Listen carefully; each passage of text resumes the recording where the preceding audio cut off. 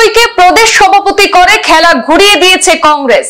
নতুন সভাপতি গৌরব গগৈ সভাপতিত্ব লাভে কর্মীদের মধ্যে উল্লাস সীমান্ত শহর করিমগঞ্জে।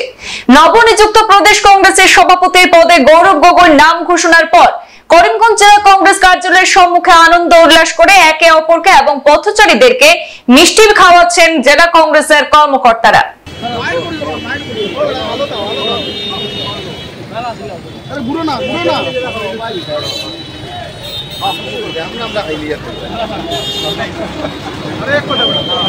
আসাম প্রদেশ কংগ্রেসের নবনিযুক্ত সভাপতি গৌরব গগৈ জিন্দাবাদ, গৌরব গগৈ জিন্দাবাদ, এপিসিসি প্রেসিডেন্ট গৌরব গগৈ জিন্দাবাদ, নবনিযুক্ত সভাপতি গৌরব গগৈ জিন্দাবাদ, গৌরব গগৈ তোমায় জানাই স্বাগতম। আসাম প্রদেশ কংগ্রেসের নবনিযুক্ত সভাপতি গৌরব গগৈ তোমায় জানাই স্বাগতম। লোকসভার উপদলপতি জোরহাটের সাংসদ গৌরব গগৈকে প্রদেশ কংগ্রেস সভাপতি করার খবর আসামে পৌঁছাতে রাজ্য জুড়ে রাজনৈতিক উত্তাপ ছড়িয়ে পড়েছে। সূত্র মতে দলের একাংশ সিনিয়র এবং জুনিয়র নেতাদের একটি গোষ্ঠী ভূপেন বরাকে সভাপতির পদ থেকে অপসারণ চেয়েছিলেন। প্রদেশ সভাপতির পদে গৌরব গগৈকে নিযুক্ত করার দাবি উপস্থাপন করতে দিল্লিতে জাতীয় নেতৃত্বের সঙ্গেও সাক্ষাৎ করেছিলেন। সম্প্রতি নতুন দিল্লিতে আসামের সকল সংসদ সদস্য এবং আসাম প্রদেশ কংগ্রেসের শীর্ষ নেতৃত্বের সঙ্গে একটি বৈঠক অনুষ্ঠিত হয়েছিল, যেখানে আলোচনা হয়েছিল দলের পরবর্তী সভাপতি কে হবেন সেই বিষয়ে। আর সেই সময় গৌরব গগৈয়ের নাম উল্লেখ করা হয়, যদিও কিছু লোক প্রদ্যোৎ বরদলৈর পরবর্তী সভাপতি হওয়ার সম্ভাবনা উল্লেখ করেছিলেন। অবশেষে সমস্ত জল্পনা কল্পনার অবসান ঘটে। আজ গৌরব গগৈকে আসাম প্রদেশ কংগ্রেসের পরবর্তী সভাপতি হিসাবে নিযুক্ত করা হয়। গৌরব গগৈয়ের নেতৃত্বে কংগ্রেস এখন 2026 সালের আসাম বিধানসভা নির্বাচনে রাজ্যে ক্ষমতা পুনরুদ্ধারে ঝাঁপাবেন বলে কোনো সংশয় নেই।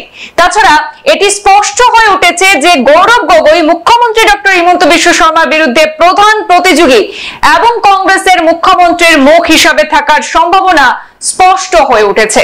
আজকে সর্বভারতীয় কংগ্রেস কমিটির থেকে একটা নোটিফিকেশন জারি করে আমাদের লোকসভার বিরোধী উপদলপতি সাংসদ গৌরব গগৈ মহাশয়কে আসাম প্রদেশ কংগ্রেসের সভাপতি হিসাবে নিযুক্ত করা হয়েছে।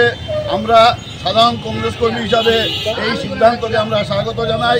আমরা মনে করি যে গৌরব গগৈর নেতৃত্বে আসামে কংগ্রেস অনেক শক্তিশালী হবে এবং আগামী 26-এর যে বিধানসভা নির্বাচন, সেই নির্বাচনে আমরা জয়লাভ করতে পারবো।